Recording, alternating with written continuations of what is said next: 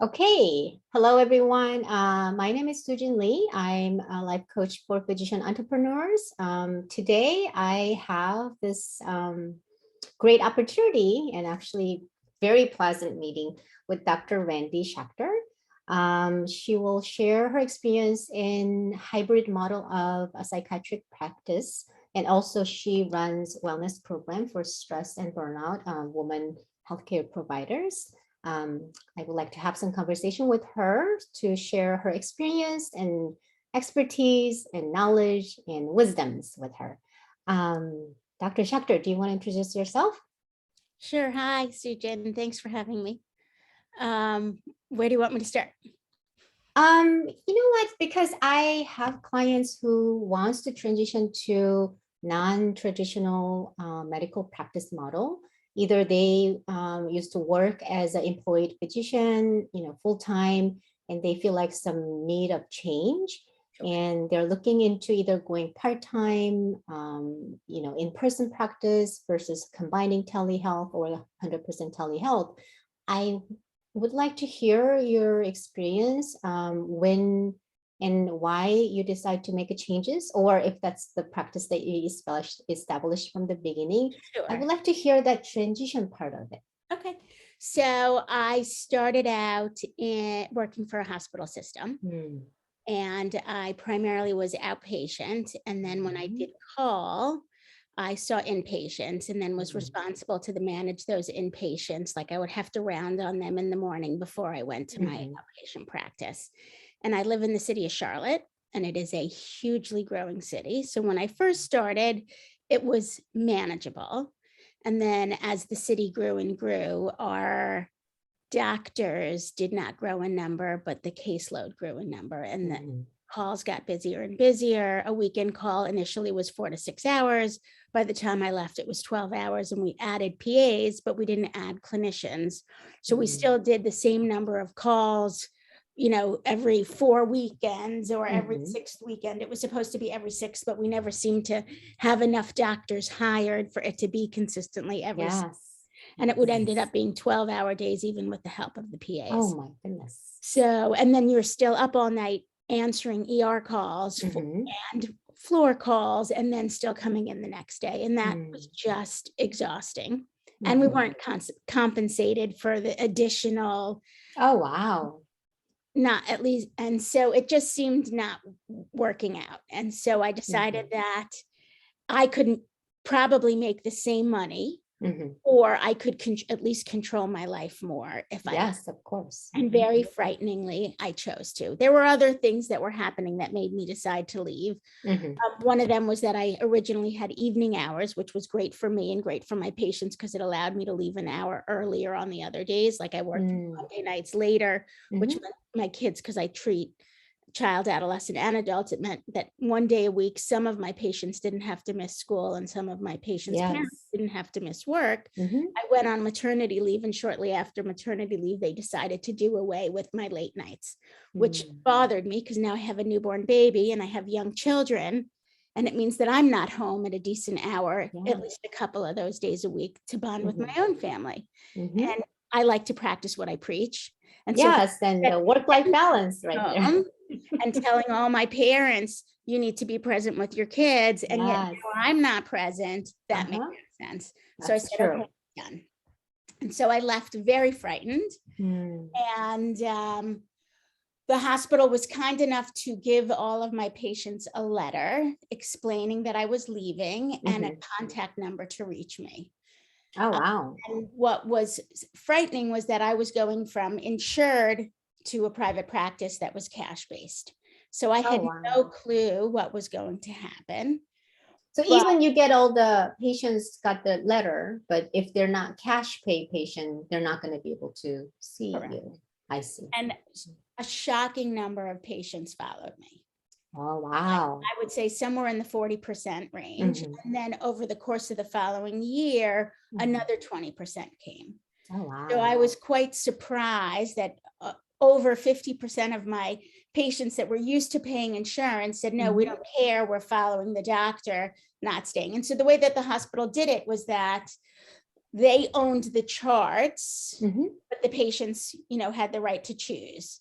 And so when the patients decided to come with me, I had to request the charts in order for them to be able to come over, which was perfectly fine. And but it was a one-time letter. If they called the office to say, how do I reach Dr. Schacter, they didn't remember the number. And it was like kind of a funny little quirky thing. So you go figure it out, patients, if you want to go see her. Right. So they did a one-time, this was how you could contact her, but now you have to remember where you put the letter. I treat a lot of ADHD, so they ended up having to Google me a couple of times because I'm sure a lot of them lost the letter. But what it was a testament that these patients felt comfortable enough to pay, that they wanted to be with me. And the other thing was that in my years of working in the hospital, I had, I guess, made good relationships. Yes. Within months, I was full. So it is encouraging that, a lot of people are afraid if they drop insurance that they're not going to have a patient, but that's not true. If you offer good care, patient will come to you. So in the years of working in the hospitals, if a patient, I always would reach out to therapists. I always tried to make contact with the primary care doctors. I wanted to have relationships with the team outside of my reach to make sure that everyone knew what was going on. And I guess when I left, they still wanted to be a part of the same team, even if I wasn't at the hospital. And so referrals came in and it was great. I never had to advertise, although I know that some people do.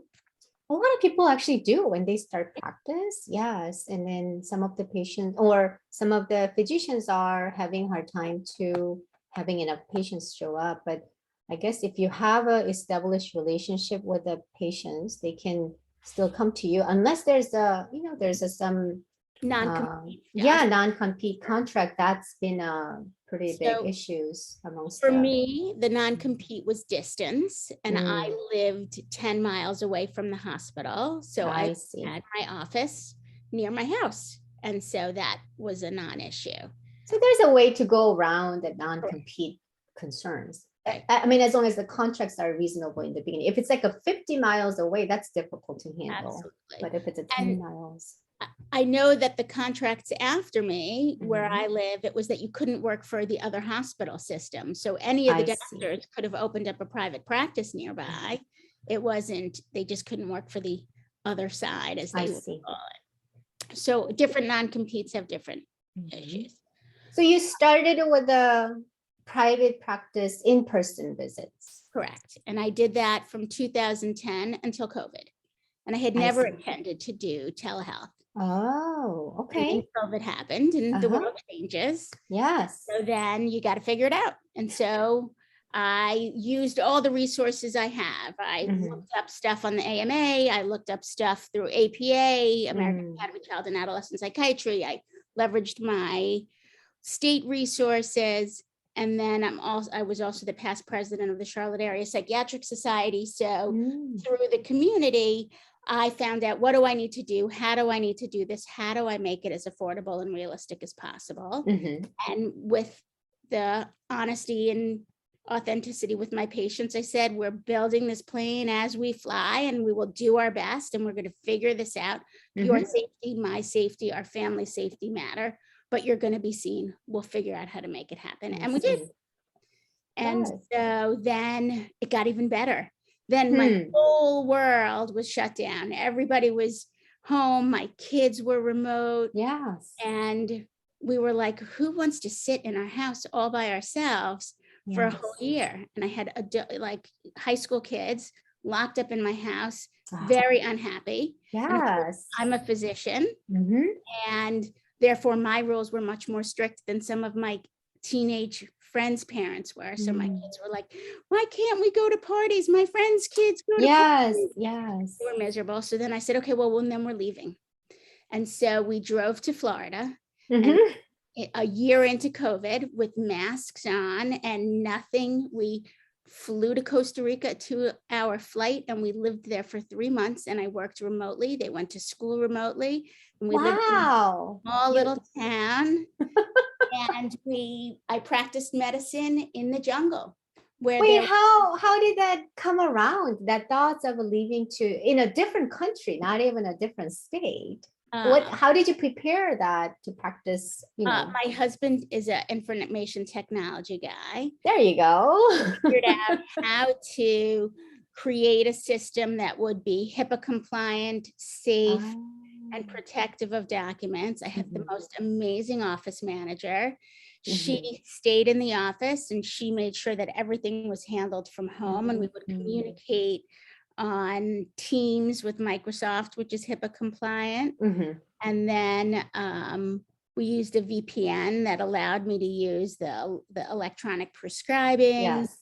And the law is that the patient needs to be present in the state that you're located in, really, right? Oh. And so I was still practicing legally by parameters in essence, right? Because I'm practicing medicine in a state that they're physically located. Oh, I see. So the patient needs to be in a state that you have a license. Correct. But you physically don't have to be in that state to see the patient. Correct. I think that makes sense, because if I see a patient in Texas, I can't do anything. I'm in California. I can write any orders for Texas, but if a patient is in California, wherever I see, I can still treat the patient in California because I have a California license. I never thought about that way. It's still possible if you're totally out of a different state. Good to know. Very good. So at the time, were you practicing full time? So I work 4 days a week. So while we were there, I only worked 3 so that we would be able to kind of go hike into the jungle, swim in the ocean and do things. And my kids worked remotely. And so as soon as they were done with school, which was early because they're 2 hours earlier than us during that time of the year. So they started school early when the sun was rising, and then they were done by like 12:30, 1 o'clock. And then we would just go explore the amazingness of the country. And it was. So your telehealth is still cash-based, is it correct? Yes. So maybe that's another key factor that you were able to successfully continue, because it's a cash-based practice. Cash-based practice is the king. So, I mean, I don't know. I can't give you the answers as far as how to do the insurance piece. I give my patients a bill. It has all the CPT codes and all the necessary things that if they have out-of-network benefits, they can apply for reimbursement. When I started, they were much more able to do that because the out-of-network deductible was much more reasonable than they are today. It might have been $2,000, $1,500. Now it's like $10,000 for an in-network deductible and $15,000, $20,000 for an out-of-network. Most people don't even make their in-network unless they have somebody sick, at least in my state. I know. Yes, that's so let alone true. the out-of-network. So it's harder. Yeah. But it does happen.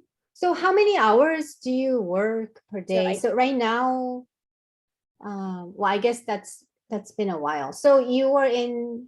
We did 3 months. 3 months. You can't stay longer than that unless you get like a visa. So we stayed for like whatever it is, 89 days we were there. And then you came back. And then we came home. Okay. And my children still say, when are we buying a house? Can we still go back? It was amazing. We had monkeys just right in our backyard hanging out. Oh my goodness. Do you plan to do it again anytime soon? Well, the dilemma is that I don't know if there would ever be a time where all my kids would be in school remote again, that they could just go for that. It was a once in a lifetime. That's what made us decide. When are we all going to be together? That's true. And able to just get up and go, and no one's losing anything from their world. All we did was gain. And there was no arguments. Why can't I go to a party? There was no party. Do you know what I mean? It's a party every day.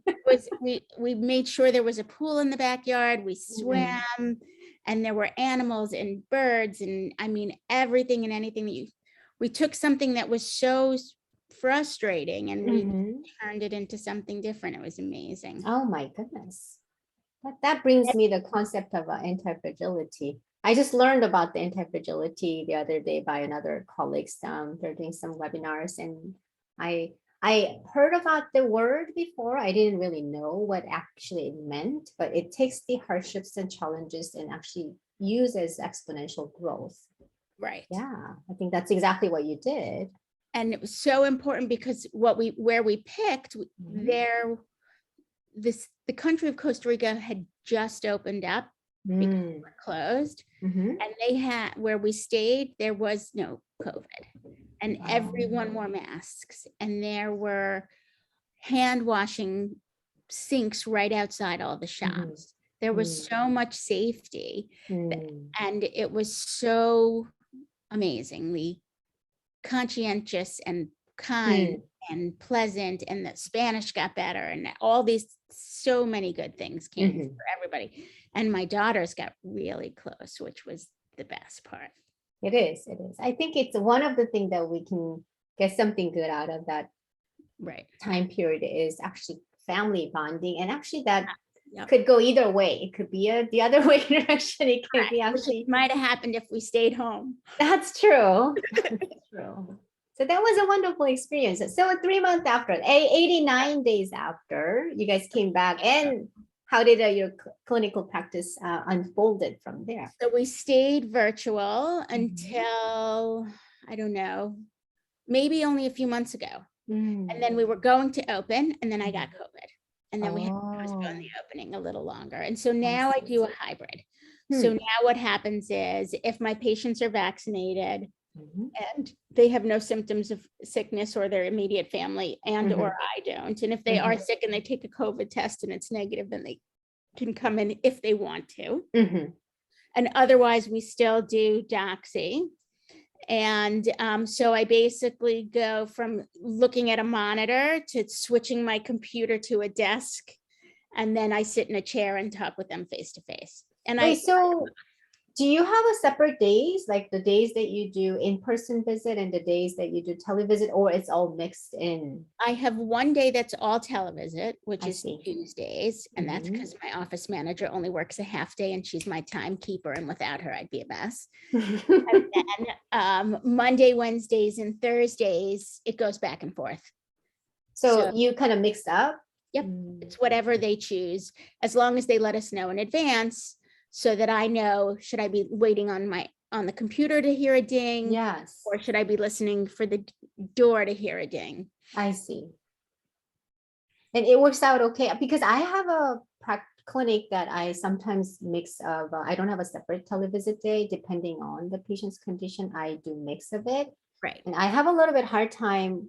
In person, there's a little bit of a lag, like 5-10 minutes lagging time, because nurses checking in and they do vitals and whatever. And then I have a televisit next patient, and I have to pace myself. Correct. Is it working okay for you?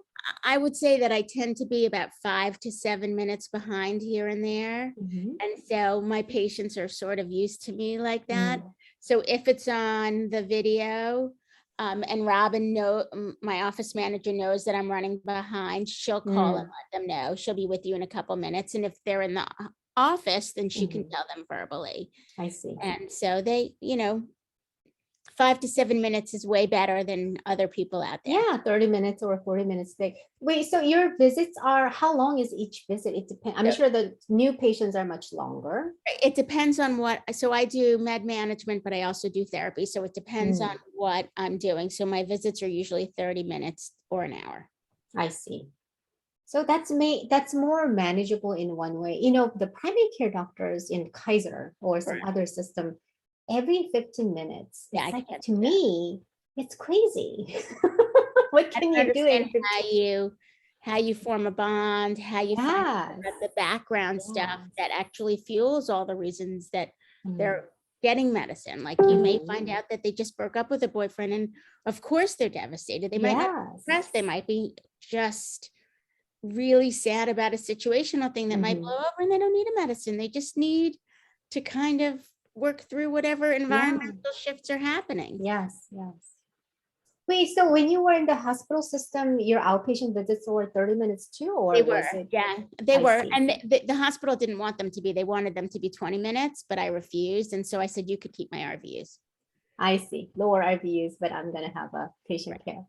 So, it sounds like, Dr. Schacter, you have an ideal situation, mix of a in-person and hybrid, and then the pay system is, just the cash-based. You don't have to deal with all this insurance, and, it's like, some of the clinicians dilemma or the problem is, you bill and then the patient doesn't pay, or you bill insurance and some part needs to come from the patient and then they don't pay. So we only get it reimbursed about 80% of the time, 90% of the Right. time. You get rid of all that problem by having a cash-based business. Right. Is there any challenge because of you have a cash-based business? I'm trying to think. That I can think of specifically. I mean, it depends how you look at it. So I think it may, to some degree, it can modify the client base that you have, right? Because people have to be able to pay cash. So one of the things that I do that allows me to have a variability of client bases I see some patients pro bono, because I would much rather do pro bono and not take insurance than have to not take people that actually need me that can't afford me. So that I have a certain number of people that I carry that I just don't charge. And those are based on therapists that I've known through the years in the community that will call me and say, okay, I have this one. You need to see them. They can't afford. Do you have room? I see. And so that allows me to know that I'm providing a service, and it's not just for the people that are, the rich and famous, because that's not why I went into medicine, to only serve those who can. And then, so that would be the downfall, is that you don't have the diversity that maybe you want to provide. And then the other piece is that you have to ask for money, right? And so you have to be comfortable asking, this is the price that I'm asking for. And there needs to be this level of being able to get used to that. So patients in my office, they're expected to pay at the time of service. And initially that was awkward. But when I trained in psychiatry with doctors that had private practices. And that was what they taught us, that money is part of the therapeutic transaction. You need to be comfortable.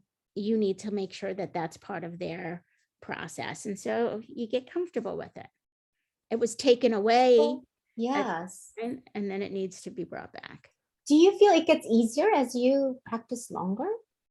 Yeah, I don't think about it that much unless somebody has an issue. So like there was a patient, when the No Surprise Act came up, we had to update one of our documents to include the good faith estimate on our website. And in the wording, when we wrote down our pricing, it didn't delineate that, a new patient is 2 visits. And so it's $400 an hour. And then it would be 2 visits for adults, 3 visits for kids. But it didn't say, so 1 hour at $400 per visit. So a parent thought it was 2 visits. That means it was $200 a visit, $400 total. And so the parent got upset. Wait, that I was paying $200 each. And so I had to explain, no, that was, you misunderstood that. And they were a little flustered. But because I own the practice, I can decide, you know what, let's wipe this off. You now know the price, pay $400 for this, but in the future, you now know the price. You have to decide, do you want to stay or not stay? I see. Right? I get to make those choices. That's true. It's your own business. So nobody gets to tell you how much to charge or how much not to charge, whatnot. Right. Do you still get many new patients? So for a very, very long time, my practice was closed to new because patients. you're full. Correct. That's a good thing. One of the good things about mental health and wellness is that as my patients do better, they sometimes no longer need me. Yes, that's true. And what happens when they do really well is they go off to college and they get married and they move away. And that's like the best thing. It is.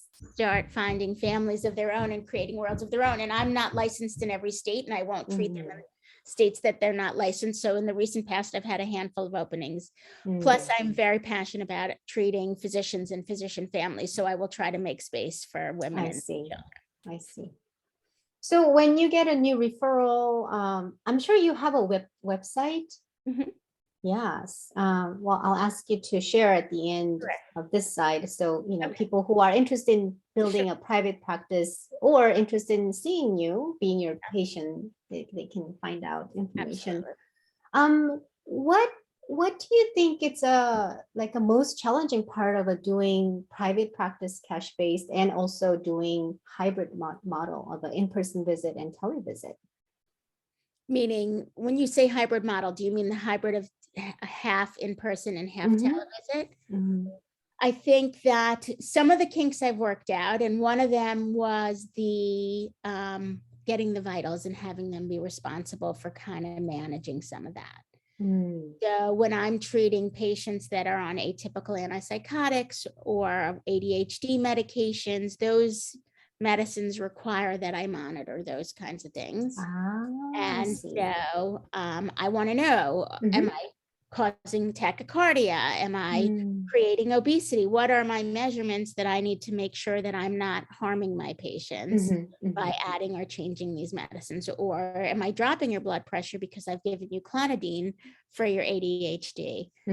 And so and it's not like they could go to the pharmacy and put their arm in the machine. I know. All of those were closed during COVID. That's true. Oh, yes, that's right. So, we basically did a little research and said, okay, there's this blood pressure cuff on Amazon. It's $34. It's the best rated one. If we're going to start this ADHD medicine, I need you to buy that. Okay. Safety measures. Correct. And so in our appointment reminder phone call, the part of the script is, don't forget to have your blood pressure and your heart rate and your weight ready for Dr. Schacter. And if it's a kid, every 3 to 6 months. And also please try to check your height. I see. Okay, good. You know what? I forgot to ask you about some technical stuff. So you mentioned about you're using Doxy and you have a office manager. But those are, well, office manager, you had it before COVID, before having the transition. How did you go about finding what's the right platform for you? And what about the office, like rent, sharing, those kind of things, like little practical business side? Yeah, no, I teach a course to the residents where I trained on how to start a private practice. So this is, my goodness. Yes.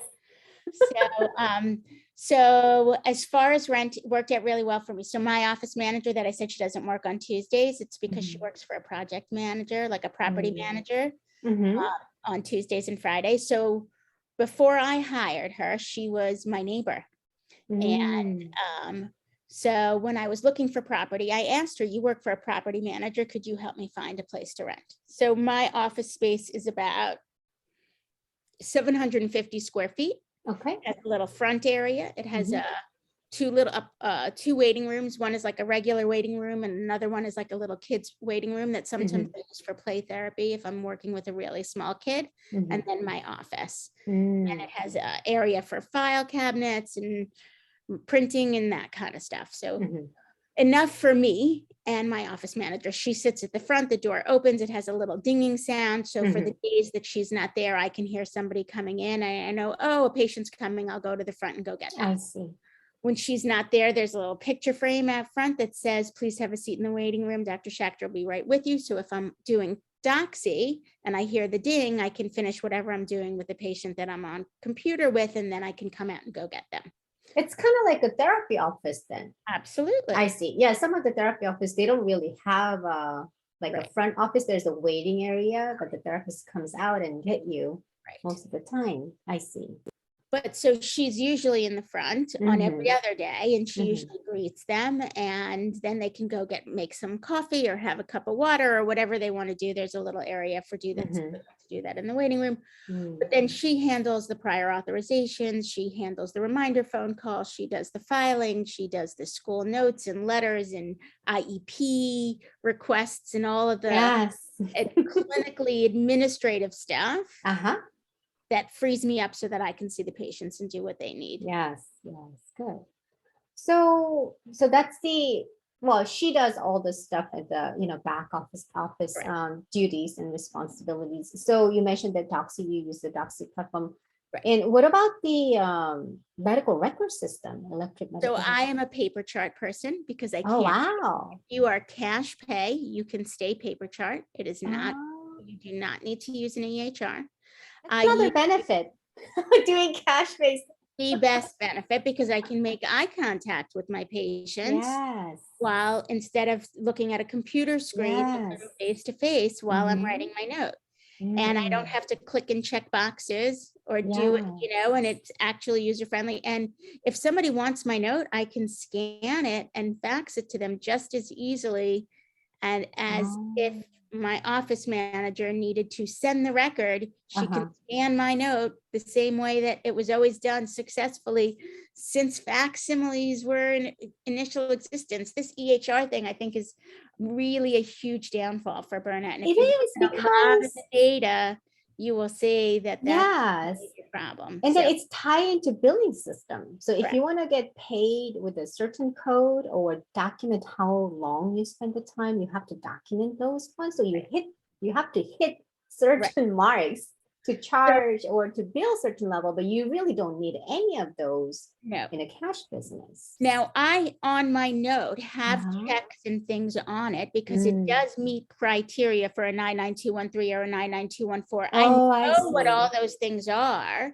I'm trained for the coding and whatever, but I don't need a computer checkbox to do that. I have a top area where I write what I think is necessary. And then my mental status is a little bit of checking and stuff, but it's much easier to do on a piece of paper than it is to do on a screen that you have to constantly, oh, wait, which one do I have to do? And all the unnecessary ones I can ignore. If I don't think it's a necessary thing for this particular visit and it's not applicable, I don't have to hit continue, next. Yes. I just don't.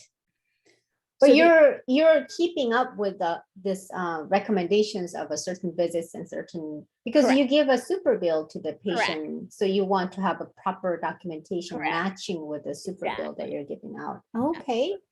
Oh wow. So I have the number of criteria that they would need, that if somebody audited me, I would meet the criteria, but I'm not using an EHR to satisfy it.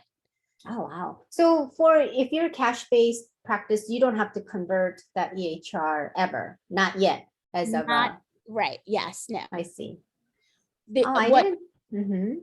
What we did have to do, or I shouldn't say we did have to do, what will have to happen eventually is electronic prescribing. Yes, it's coming. An upgrade to that because it was going away and I needed electronic prescribing to be able to do remotely, right? I see.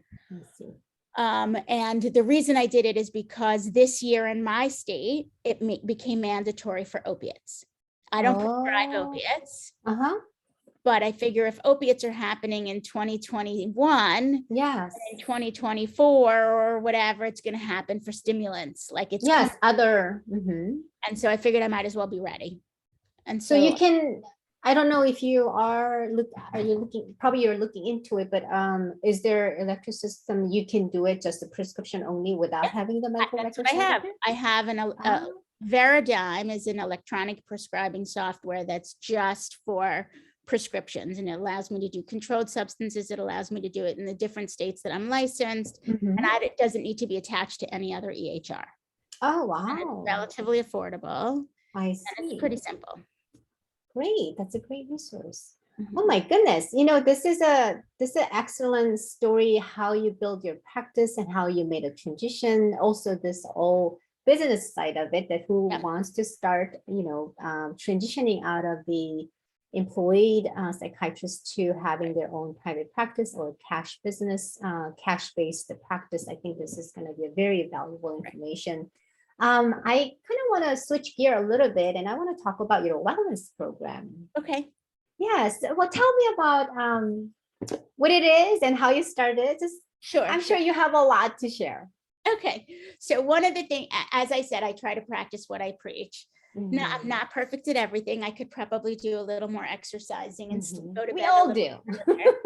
But so one of the things that I have learned through my mentors and through my father, who is also a physician, is that being a physician takes a toll on us. Yeah. And being a parent takes a toll on us. And having a world that can be stressful and anxiety provoking to many of us can take a toll on us.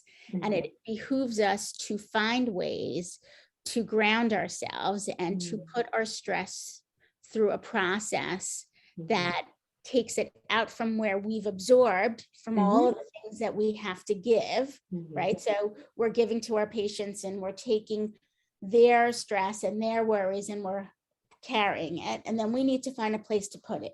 Yes. And so some people use exercise, some people use food, some people use sleep, some people take it out on other people. But one really wonderful way to do it is through art and creativity. So for my dad, it was woodworking. And for me, it's it's been any kind of creative thing. I've been creative since little, but for the past 10, 15 years, it's been pottery. And so I have been practicing pottery for years and years. I also cook a lot and have, what do you call it? Catered weddings and bar mitzvahs and engagement parties for friends and family over the years. And so, oh my goodness. being a physician takes a toll. And so I've always been mindful about setting boundaries for myself and not working more hours to make more money. I work to the point that I feel like I can support my family and that I can provide value and service to my patients. But when I hit a tipping point that I know that I'm carrying my patients home and it's affecting my ability to sleep, that's sometimes where I close my practice. Like I stop taking new patients. It's not always the number of patients, it's the weight of my patients that determine whether or not I'm opening my door or not, if that makes sense. Yes, I completely understand, because some patients takes a lot more efforts to take care of them in some complicating conditions, whatnot. Right. Some patients are very easy. They just needed like 10 minutes, 15 minutes. Well, your case is a little bit different, but there are definitely variables in terms of how much of my, not just the medical knowledge, but the attentions to the patient, and then all the other things that we need to take care of around the patient. And because I'm a rehab doctor, I do whole family and schools and everything too. So I can completely understand. I think that's another benefit of having private practice. You can actually dial up and down depending on how your state is. Yeah. It's not possible if you work for somebody else. Definitely not possible. Well, you can try. And so when I worked in my other practice, that was part of that 30-minute, 1 hour thing. Like they tried to make me do 20 minutes and I said no. So I don't get the big bonus. I don't care, but you can't force me to do that. And they said, fine. But so you can sometimes try to push back to Big Brother, and sometimes you'll be successful, but there's a compromise. Yes. So I use these tools in order to manage my stress, anxiety. I also use meditation and mindfulness. Every morning I wake up and I do a gratitude and try to think of things that make me feel full and good and happy, so I can start my day at a higher buoyancy. And then as the day progresses, I know that it won't bring me the energy kind of depletes, and then towards the end of the day I start higher. Yes. And so I was talking with a friend of mine who is also a psychiatrist, and we were working on like, so what should we do next? What else is out there? Like, we're both in private practice. We've got this thing going. There's only so much weight you can carry in the practice.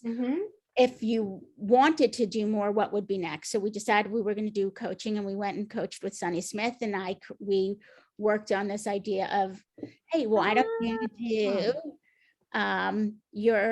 do something with your pottery and your food? Like, those things are so cool. Combine the things you love. Oh my goodness. What you know, you're already doing the meditation. You've already got the therapy piece. Incorporate that. And that's how the wellness program kind of came about. And so I teach meditation, pottery, and CBT skills to medical women professionals. I do it locally. And then I cook farm to table food, and we all have a meal together. I give you an article that's either about art and medicine or burnout or compassion fatigue, and then we kind of discuss the article, or we discuss what meditation technique we did last week, and did anybody try it? How did it go during the week? What happened? What shifted mindset, style? And then I teach a pottery technique, and we do pottery, and then after the pottery technique, we do a meditation or a CBT practice. And we have dessert. and then the next time we come back and we regroup. So you mentioned that it's 8 sessions. Mm-hmm. So when you do, well, tell us about the structure of the program. Is it like Sure. a session or like session every day, or So, so the local so there's different models in the work. So the local program previously was 8 2.5-hour sessions that were about every week, every other week. And starting in August, if you live in the Charlotte area, it's located in Matthews. We do it out of my house. My studio is in my garage. And, oh, wow. And then, so I open my heart and my home. You literally do. Literally, You that's literally the kind of person I am. Wow. And so sometimes we will meditate under the stars in my backyard with lights hanging behind in the grass on a patio. It's really lovely and nice. Oh, and my then goodness. and then so it's a 2.5-hour session, and then it's about every other week. And so if you sign up, what'll happen is there'll be like a list of different types of programs. So one day you could be making mugs, and we would eat food from Mexico, and it'll be all kinds of different dishes all over from Mexico. And then we will do, let's say, a metta meditation, which is a loving kindness meditation. And so if you click on that one and you sign up for that one, then 3 weeks later you might want to do pranayama and plant imprints and food from Portugal. And then underglazing is another technique that you do, which is a painting portion. And then we would do a glazing technique. And so with each week, there's a different article, different region of food and culture. And I try to tie the culture or the food to either the meditative technique or the pottery technique. So there's some cohesion. And so you have 6 months to pick your either 4-block session or 8-block session, whatever you sign up for. And by the time you're done, you should have a couple of pieces of pottery finished to take home and either That's so cute. Out, or to give as a gift, or to serve others in your and you'll get all the recipes, and you get a journal with prompts that help you, and all the different exercises will be in there. Guided meditation would be in the journal. So you have like a memory of what you've created for yourself, and you can sketch your art and whatever you want to do. And then the other version is that I'm in the process of condensing it into like 8-day intensive retreats where we'll go so every day, like 8-day full, every 8 days. Right. So it would be, let's say we would go to Barcelona. Yes. Pottery studio that I'm communicating with now, where we would do pottery, we would do yoga in the morning, have some sun salutations on a deck somewhere in a villa outside of Barcelona, then go to the studio and make some pottery, and then maybe walk along the streets and go to visit some of the Gaudi houses or go to a museum one day, and then go back to the house and sit by the pool, and there'll be a private chef and they'll feed us. And everything there is also pharmaceutical. And I've checked because that is something that makes them, and we'll have, maybe some paella one day. Or so you guys actually cook. I think that will be actually a very good experience, cooking together. I would give a cooking class. There would be a chef that would cook on some days, so we're not always cooking ourselves. Then maybe one day we do a beach trip to Costa Brava, which is not far from Barcelona. But so the mornings would be yoga, then some pottery, then some meditation, and then some days excursions, and some days you decide to be free and do what you want on your own, whether you want to explore a city or you just want to rest, sleep, read books, rejuvenate. So you teach all the classes, or do you have like a yoga teacher? I mean, I hear that you teach cooking and there will be a chef. Cooking, I teach, but there would be a chef there too. So I'm not teaching all the time. Yes. But the yoga instructors will be determined. So my sister is a certified yoga instructor, and so is her friend. So if I can convince them, one of them, to come along with me, then it would be one of them. Otherwise, it would be a yoga instructor locally there. I see. So you mentioned it briefly before we get on this recording that I asked you, how did you find all these resources? Share that part with us. Which resources? I can't remember which ones. Like pottery places in different countries. Oh, And I went on Google and I looked up pottery studios in Barcelona, and then I just emailed them and said, Oh I'm my a goodness. potter in North Carolina and I run a program locally and I want to try to make it international. Is there any chance that you'd be interested in collaborating with me? And they said, yes, this is the things that we could possibly do. And one of them, and so I'm talking to two of them now, and I think I may end up using both of them because they both offer 2 or 3 days each, but I want it to be more comprehensive. I see.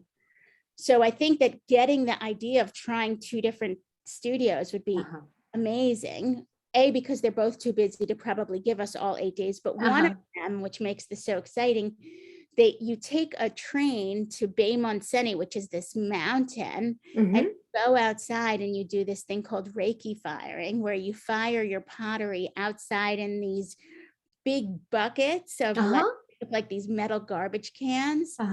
And it's an incredibly amazing pottery thing. So they fire them in wood and coal and stuff. They're really, really hot. You put them in dust and wood shavings and hair, like horse hair and animal hair, or you could use other things.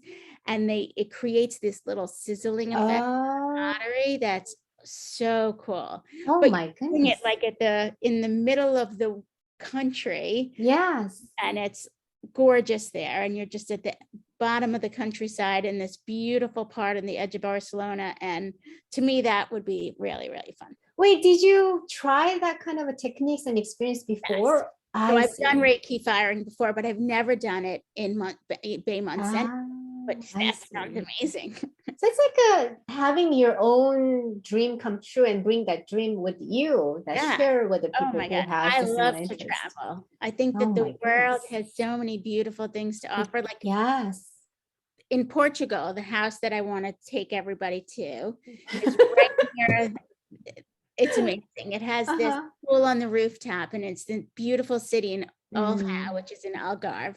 And it's right near the market. And so I have this fantasy of going with a bunch of women to the market on Saturday, because that's the busy day. And we all pick out what we want to try. Like, these eggplants look amazing. Have you checked out this garlic? It's like fresh spring garlic. And everybody pick all the different vegetables that they've wanted to figure out how to cook that they've never cooked before. And then I teach them how to make something with it. And we all go and cook an amazing meal together. Oh my goodness. So when you're not having those courses in different country, you're doing this like almost every week, because you mentioned that you have like 3 separate sessions throughout the year, 8 sessions per group. So it ends up being about every other week. I see. That I have either a Monday, a Wednesday, or a Thursday, or a Monday and a Wednesday, or a Monday or a Wednesday. So it ends up being about 4 or 5 sessions in a month that's available over a 6-month period. I see. And how do you find these people who are interested? How do you? Word of mouth has been huge.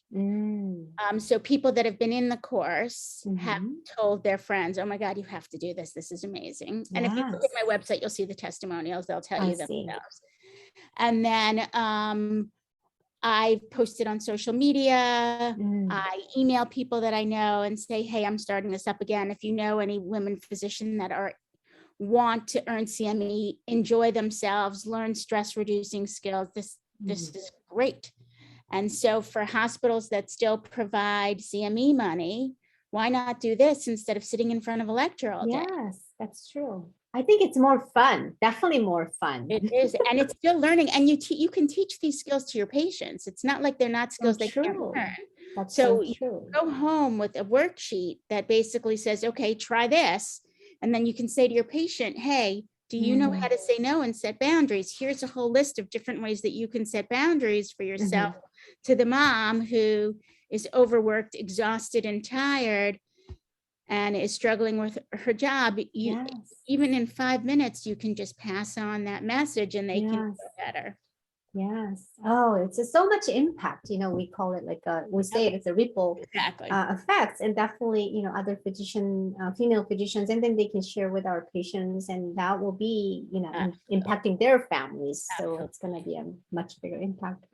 This is such a I feel you're very generous. You really want to share.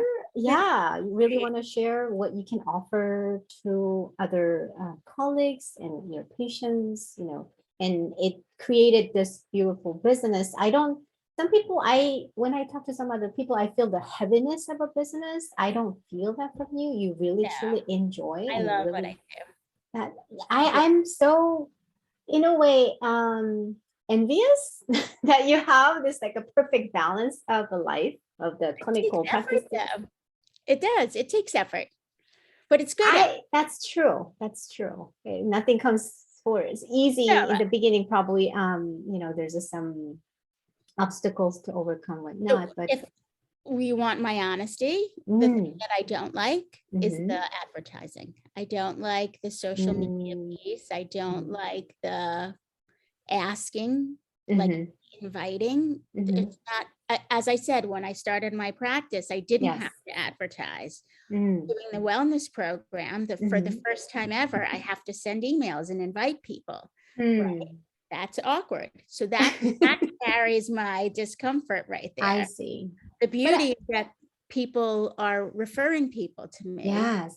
But it's in still beginning stages. It's not 5-6 years of working in a hospital where people got to know me. So I had a huge referral base. This is only a little period of time. So hopefully it'll make momentum. So you continue to offer in the social media and emails. Do you like collect email lists, or do you grow email lists? I don't know how to do that yet. Okay. That's probably my other next things to do. But I continue to evolve and learn. I just signed up for like an Instagram course on how to do those easier. And I figure if I have like black and white tools on how to do things, and it will get better. So I like to learn, so I'll continue to evolve. You know what? This is the one I usually work with the clients who wants to create a life like what you have. And, I practice part-time, and then I have my own business. I'm more in a industry-based or coaching-based kind of business. Right. But this is like something I'm sure a lot of physicians, especially female physicians, wants to create. Sure. It's good. It's really encouraging to see it's doable. Somebody else is doing it, and it's manageable. It's doable and manageable and sustainable. I think that's very important. Do you have any words for the physicians who are starting or thinking about doing something similar, transitioning from employed physician to going private practice, or who is having some ideas, having some side business like you do? What are the things that you want to share? Like maybe, I don't know, a couple ideas or encouraging words for them? Sure. I think that it would be to ask a million questions and continue to ask questions and learn new things. And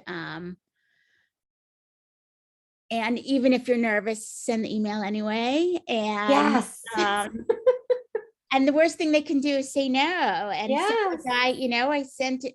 There's an amazing pottery school in Tuscany. And I looked at their stuff and I was like, oh my God, but they're so professional. And I was like, so what? Let me just send it anyway. I sent it today. I have no idea what they're going to say. Yes. They say no. And so Tuscany doesn't happen. But I know Barcelona will happen. I know. If I didn't ask them, it might not have happened. So true. So true.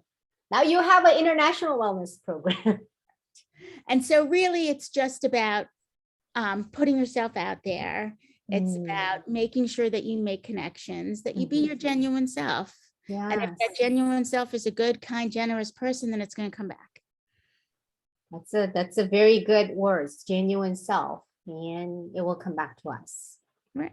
Very good lesson. Well, where can we, thank you so much for sharing all of your, clinical practice and your wellness program, but where, if somebody wants to know more about your practice, become your patient or referrals or participate wellness program, where can they find more information? So 2 different ways. So if it's for clinical issues, it's silverpsychiatric.com. Okay. Mm-hmm. And if it's for wellness program, it's silverspaces.org. Okay, so I'm gonna put a link on. I will make a little, comments, and I'll put a link on it. Probably, I can get it from you through the email. But thank you so much for sharing all the information. I'm sure many people will find it very useful, and I'll share the word, spread the words about your practice and your program too. Sure.